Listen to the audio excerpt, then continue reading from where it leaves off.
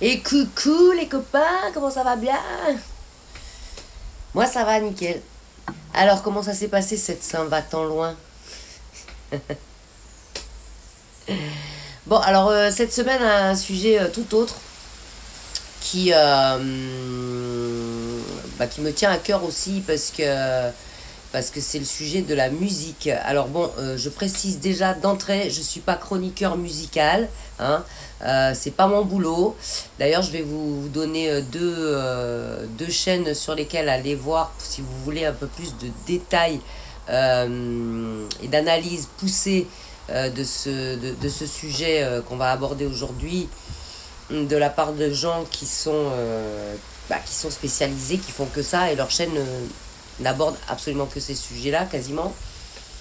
Donc, alors déjà, il s'agit d'Iconic, qui a une chaîne où il fait des analyses sur l'industrie musicale, en l'occurrence beaucoup sur le rap, hip-hop et tout ça, parce que ça va être le sujet du jour.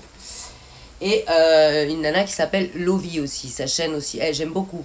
Elle a alors elle n'est pas que sur le hip-hop, elle est sur la musique en général. Elle poste en général des vidéos qui sont super pertinentes, très bien analysées, et enfin, voilà, elle fait vraiment un gros taf de recherche, d'analyse, et c'est une petite perle en fait sa chaîne. Elle s'appelle Lovie, L-O-V-I. Donc je t'invite à aller voir, hein, si la musique t'intéresse. Alors moi je vais aborder le sujet de manière un peu plus légère et de manière aussi un peu plus, comment dirais-je, plus spirituelle. Ouais, on pourrait dire ça comme ça, plus spirituel, ou plus, je sais pas, ouais, un peu plus spirituel, ésotérique, je sais pas comment je pourrais expliquer ça, mais enfin voilà, quoi, plus en rapport avec le ressenti, tu vois. Déjà, je vous invite à aller voir sur la chaîne de Lovie, justement, le déclin du rap. C'est une vidéo qui s'appelle Le déclin du rap. Voilà. Alors, je suis assez d'accord avec elle, parce que effectivement, depuis quelques années, et ça s'est accéléré ces dernières semaines, je dirais, ou ces derniers mois, avec les scandales Didi, Jay-Z et compagnie, là, avec les accusations, les perquisitions, tout ça. Bon, je pense que tu connais le sujet un peu par cœur, parce que passé un moment, ça a été, et c'est pas fini, hein, mais ça a été the sujet sur toutes les chaînes YouTube, plus ou moins musicales, et ça continue, hein, en fait. Je veux dire, si tu as commencé à en regarder une, je sais pas dans ton algorithme, mais ça arrête pas de passer, tu vois, nouvelles infos, Jay-Z accusé, machin, et tous ceux qui sont impliqués, pas impliqués, enfin voilà. Donc en fait, il y a quand même des gros scandales autour de ça, mais pour la faire courte, voilà, on a arrêté P. Diddy, Puff Daddy, Didi, tu l'appelles comme tu veux, voilà, pour des accusations de pédocrine et de soirées un peu cheloues. Enfin voilà, bon, je te donne pas les détails, j'en ai pas là pour ça. J'ai déjà fait une vidéo là-dessus moi aussi, et sur ce que j'en pense. Donc voilà, c'est pas le truc. Mais tout ça pour dire que ça n'a pas aidé à ce que le rap et le hip-hop soient dans les musiques les plus écoutées mondialement aujourd'hui. Ça l'a été pendant plusieurs années. Et là, je te renvoie justement à la vidéo de, de Lovie, qui s'appelle Le déclin du rap, et qui t'explique de manière très pertinente pourquoi et comment le rap a décliné, et est devenu quand même un peu moins écouté, un peu moins médiatisé de ces dernières années. Mais moi, j'ai une autre théorie que celle de Lovie, et elle en parle pas. C'est pour ça que j'ai regardé sa vidéo, en fait, parce que je me disais, est-ce qu'elle va en parler, parce que j'avais dans l'idée de faire cette vidéo depuis un petit moment sur la musique black, en fait, parce que c'est de la musique black, hein, clairement. Euh, et de donner mon ressenti à moi de pourquoi c'est parti en couille la musique black, en fait, tu vois. De quoi c'est parti, et pourquoi, selon moi, j'ai plus envie de l'écouter, en fait. Moi, j'ai pas du tout envie. Autant j'en ai eu écouté, hein, du rap, du hip-hop et tout ça. J'ai plus envie. Voilà. Donc, je vais t'expliquer, selon moi, pourquoi. Et voilà. Et et pourquoi je reviens aussi, même dans mes propres créations musicales, dans mes covers. Les covers, c'est des reprises musicales, hein, voilà. Voilà. Et dans tout ce que dans tous mes projets, je reviens plus aux sources et que j'ai pas du tout envie de partir dans la team hip-hop, rap, R&B et compagnie là, parce que ça me parle pas du tout, ça me parle plus, ça fait bien longtemps. Voilà.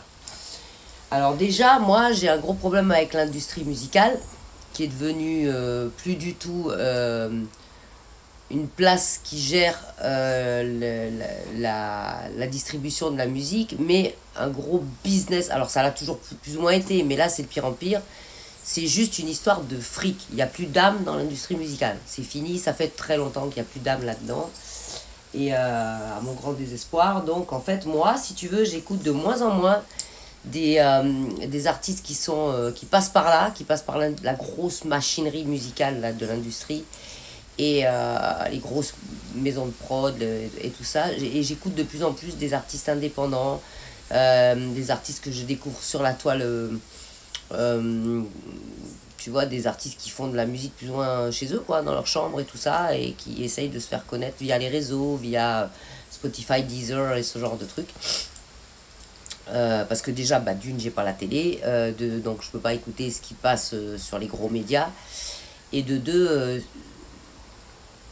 j'ai pas franchement l'impression que c'est les vrais talents qui passent par la grosse industrie. J'ai plus l'impression que c'est une histoire de sous, de corruption, de manipulation, voire de détournement de leur personnalité. Enfin, alors là, bon, ça va rentrer dans le complotisme un petit peu, mais voilà, j'ai pas l'impression que ce soit des artistes vraiment authentiques, tu vois. Et les derniers gros pontes de la musique black, donc à savoir les Puff Daddy, les Jay-Z, les Snoop et compagnie là, et dans le R&B c'est pareil, toutes ces divas soi-disant de la musique en mode Beyoncé, Rihanna, tout ça, machin, ça me parle plus. J'ai vraiment l'impression que c'est du maléfique. J'ai l'impression qu'il n'y a plus de réelle âme bienveillante dans ces gens-là et dans ce qu'ils diffusent comme son, comme clip, vidéo et même comme parole de chanson. Je trouve que c'est plutôt diabolique plutôt que des vraies choses qui sortent de l'âme en fait, tu vois.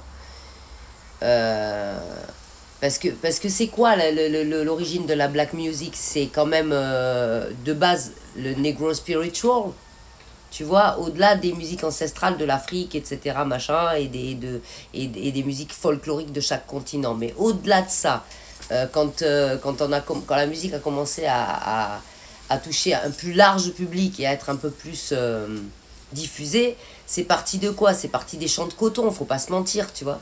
Donc les man qui chantaient le blues dans les champs de coton, enfin le negro spiritual avant le blues, hein, parce que c'est la base du blues, c'est le negro spiritual, qui chantaient toute leur peine et toute leur souffrance qu'ils vivaient au quotidien dans les champs de coton. De là, ce negro spiritual était quand même empreint de pas mal de spiritualité, comme son nom l'indique, negro spiritual, c'est-à-dire le spiritual des nègres, en fait, tu vois.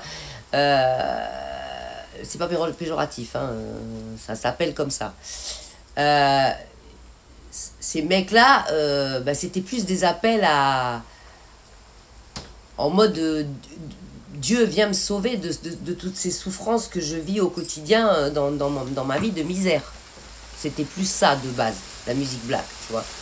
Bon alors je reviens, je fais ma coupure et je reviens. Mais en fait voilà, donc ça c'est l'origine pour moi de la musique africaine, enfin afro-américaine quoi, tu vois. Voilà. Ok, alors me revoilà. Et alors du coup j'étais en train de dire, le negro spiritual c'était en règle générale des musiques qui venaient de l'âme. De là, ils ont pris des armeaux, ils ont trouvé des guitares et ils ont commencé à faire du blues. Le people, enfin la black people. Et c'était pareil, en règle générale, c'était quoi? C'était le blues, c'était des chansons qui relataient bah, la vie, quoi, en fait, tu vois, leur vie, leur souffrance, leur quotidien dans les champs de coton. Et après, même quand on a aboli l'esclavage, c'était quand même une musique qui relatait leur vie au quotidien, tu vois. Et moi, je trouvais ça plutôt bien. Et c'est pour ça que j'adore le blues, j'adore le Negro Spiritual, j'adore le blues parce que c'est la musique du peuple, en fait, tu vois. C'est vraiment la musique du peuple. Les débuts du rap, donc le hip-hop, les débuts du hip-hop aux États-Unis, c'était un petit peu pareil en fait. C'était, enfin c'est pas pareil, mais c'était la continuité de, comment dire,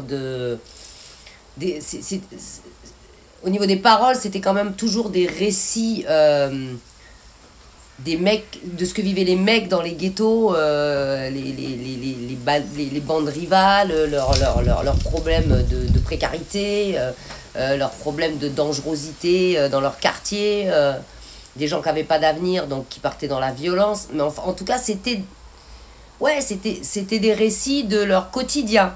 Même si ça commençait déjà à partir un peu trop dans la violence révolte, quoi. Alors bon, mais bon, c'était quand même de la dénonciation et des récits du quotidien. Mais c'était des mecs de la rue. C'était des mecs de la rue, c'était des mecs qui revendiquaient d'être de la rue, et c'était, voilà. Jusqu'à ce que, eh ben, il y a certains de ces rappeurs de la rue qui sont devenus des rappeurs super médiatisés. Et c'est là où, à mon avis, ça a commencé à partir en sucette. Émotionnellement, psychologiquement, mentalement parlant, je pense que ces mecs-là là, qui ont commencé à gagner gras de la maille avec leur rap, et ben se sont foutus en mode vengeance, en fait, tu vois. Et on a commencé à avoir émergé des clips avec des meufs qui se trémoussaient, des man qui mettaient en avant leur chaîne en or, leur fric, tu vois, qui comptaient leurs dollars, les voitures de sport, les nananas, machin. C'est là où moi ça a commencé à me casser les burnes, en fait. Bon, j'ai pas de burnes, hein. Enfin, c'est une façon de parler. C'est là où moi je me suis dit, ça y est, on s'est perdu, tu vois. On s'est perdu, la musique noire s'est perdue dans la corruption. Et bah, la preuve en est aujourd'hui avec justement tous les scandales autour du rap, tu vois, parce que en fait tout ça c'est le résultat de corruption, de malveillance, et au-delà de ça, je pense qu'il y a une certaine élite qui ne fait pas partie du peuple noir de base, qui s'est servi de cette émergence de rappeurs bling bling, dollars et compagnie, pour comment dire, pour une espèce de guerre, encore une fois, de remettre en avant une espèce de guerre de couleurs, de race et de machin, tu vois, en mode voilà, je suis black, j'ai eu ma vengeance de l'esclavage ou je sais pas quoi, et puis je vous montre ma puissance, ma richesse, et nani et nana, et je suis devenu le roi du monde, tu vois. Bon, je trouve pas ça top du tout, moi. Et je pense que les hautes sphères qui se cachent bien derrière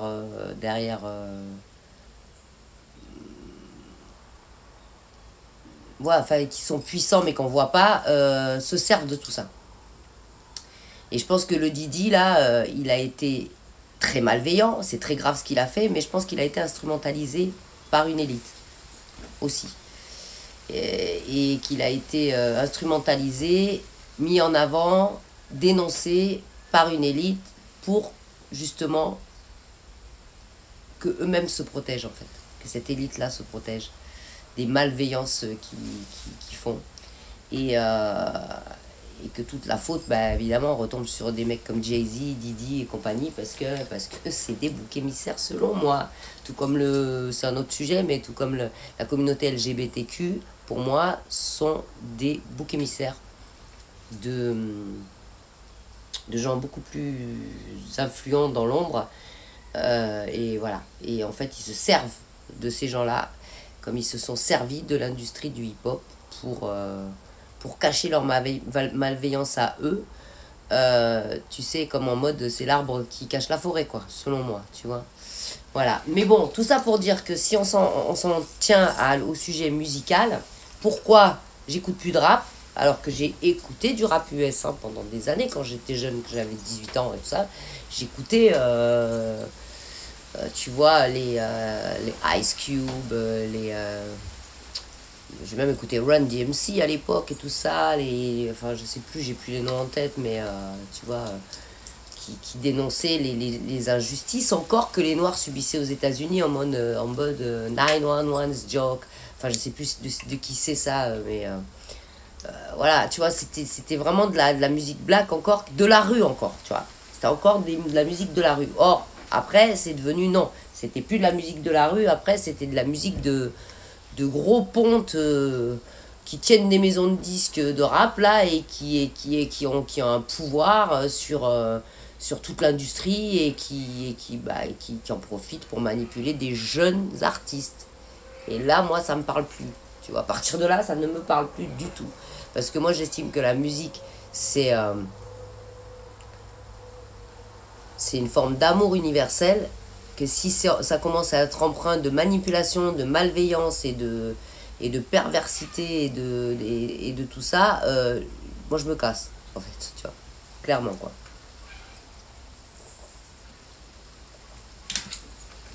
Parce que la musique, pour moi, c'est de l'amour, c'est du partage, c'est... Tu peux écrire des textes dark et chanter des choses dark, mais il faut que ce soit toujours fait dans le sens de réveiller les gens en mode putain, mais c'est pas ce qu'il faut faire, tu vois. Voilà. De transcender ça dans quelque chose de positif, quoi, tu vois. Et il y en a un qui fait ça très bien, je sais que j'en parle souvent de lui. Je pense qu'il le sait même pas que je parle souvent de lui, et puis c'est pas le but, voilà, j'ai pas besoin de remerciements ni rien du tout, mais j'ai juste besoin que si t'écoutes du rap, va écouter un mec comme ça, c'est Billard, le sudiste. Il a aussi une chaîne YouTube. Va écouter ce man. Ça fait des années que j'en parle, ça fait des années que je dis, voilà, tu veux écouter du rap, moi c'est le seul que j'écoute, tu vois. Les autres, ils me saoulent, en fait. Bon, alors, il y en a quelques-uns, hein, je veux dire, que j'écoute encore de temps en temps, mais comme Rocking Squad, comme tout ça. Mais en règle générale, ils m'ont gonflé, en fait. Voilà. Et je pense que pour moi, ben justement, vu ce que c'est devenu aujourd'hui, le rap, le hip-hop et le R&B, et ben moi, quelque part, je suis bien contente que ce soit un style musical qui soit un peu en déclin, tu vois. Parce on aurait bien besoin de renouveau. Et de renouveau un peu plus positif, un peu moins bling-bling, un peu moins à mettre le cul des meufs et les dollars en avant, et un petit peu plus la conscience humaine en avant. Tu vois, voilà. Et dans le positif. Faut arrêter avec les motherfuckers et voilà, tu vois, c'est bon. 5 minutes, quoi, ça va. Voilà, donc encore une fois, je t'invite à aller voir le déclin du rap sur la chaîne de Lovy. Je t'invite aussi à aller sur la chaîne de Diconic, qui est un très très bon chroniqueur musical. Et je t'invite aussi à dire ce que t'en penses. Dis-moi ce que t'en penses de tout ça dans les commentaires en bas en dessous, parce que c'est bien aussi de participer.